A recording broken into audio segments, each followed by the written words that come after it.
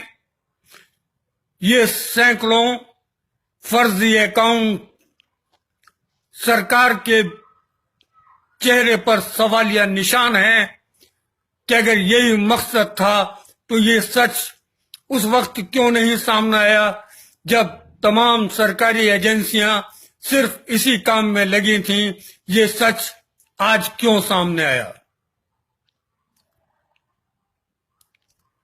ان سوالوں کا جواب دوسروں کے باتھ روم میں جھانک کر نہیں دیا جا سکتا، اپنے گریبان میں جھانک کر دینا ہوگا۔ ہندوستان ایک جمہوری ملک ہے اور اظہار رائے کی آزادی کا حق ہمیں آئین نے دیا ہے۔ اگر ہم بے گناہ ہو کر بھی گناہ گاروں کی صف میں کھڑے کر دیے جاتے ہیں تو آج جو گناہ گار ہیں ان کے لیے سزا کا مطالبہ کرنے کا حق بھی ہمیں حاصل ہے۔ میں نے اسی لیے مخاطب کیا لال کرشن اڈوانی کو، وہ اس وقت نائب وزیر اعظم اور حکومت ہند کے وزیر داخلہ بھی تھے، جب انہوں نے بارہا یہ کہا کہ تمام دہشت گرد مسلمان نہ صحیح مگر جو دہشت گردی کے الزام میں پکڑے جاتے ہیں وہ سب کے سب مسلمان کیوں ہوتے ہیں؟ میں نے انفرادی طور پر ان کے دفتر میں بیٹھ کر بھی ان سے یہ بات کہی کہ خدا را کسی بھی مذہب کو دہشت گردی سے مت جوڑیے۔ بات ان کی سمجھ میں نہیں آئی کیونکہ ان کے زبان پر یہ جملہ جاری رہا۔ وقت نے خود ان کے اس زبان پر تالا جڑ دیا جب اسیما نند نے اپنے قبول نامے میں کہا کہ وہ دہشت گرد ہے۔ مالیگاؤں اس نے کیا، اجمیر درگاہ پر بم بلاسٹ اس نے کیا، مکہ مسجد حیدرآباد میں بم بلاسٹ اس نے کیا، سمجھوتا ایکسپریس میں بم بلاسٹ اس نے کیا، اور شہید ہیمنت کرکرے نے بھی اپنی تفتیش میں یہ واضح کر دیا کہ سنگھ پریوار کا کتنا گہرا تعلق ہے دہشت گردانہ عمل سے، اور آج بھارتیہ جنتا پارٹی کی حکومت میں بھی یہ ثابت ہو گیا کہ جس ریاست میں ان کی حکومت ہے مدھیہ پردیش میں، وہاں بھارتیہ جنتا پارٹی کے رکن دہشت گردی کے الزام میں پکڑے جاتے ہیں۔ مرکز میں بھی انہی کی حکومت ہے۔ آخر یہ دہشت گردانہ عمل رک کیوں نہیں رہا ہے؟ اس سوال کا جواب میں کہوں گا کہ اپنے آپ کو دہشت گردی کے خلاف جنگ لڑنے والے جو ہمارے سیکولر پارٹیز کے نمائندے ہیں پارلیمنٹ میں کریں، اور پارلیمنٹ کے باہر تمام سماجی کارکن جو انسانیت اور حب الوطنی کے لیے ہمیشہ کھڑے رہتے ہیں، وہ ہندوستان کی گنگا جمنی تہذیب کو بچانے کے لیے، دہشت گردی کی جڑوں کو بے نقاب کرنے کے لیے یہ سوال کریں۔ صحیح وقت ہے اتر پردیش اور اتراکھنڈ کا الیکشن ان سوالوں کا جواب دینے کے لیے۔ جہاں فرقہ وارانہ رنگ دیا جاتا ہے الیکشن کو، وہاں پوچھا جائے کہ کیا صرف فرقہ وارانہ رنگ دے رہے ہو یا دہشت گردی کا رنگ بھی تم ہی دے رہے ہو؟ نوٹ بندی کا جواب ووٹ بندی بھی ہے، اور دہشت گردی کا جواب بھی فرقہ پرستی کے خلاف ووٹ نہ دینا ہے۔ میں آج گفتگو کو طویل نہیں کرنا چاہوں گا کیونکہ مرکز یہی رہے کہ جو مدھیہ پردیش میں آئی ایس آئی کے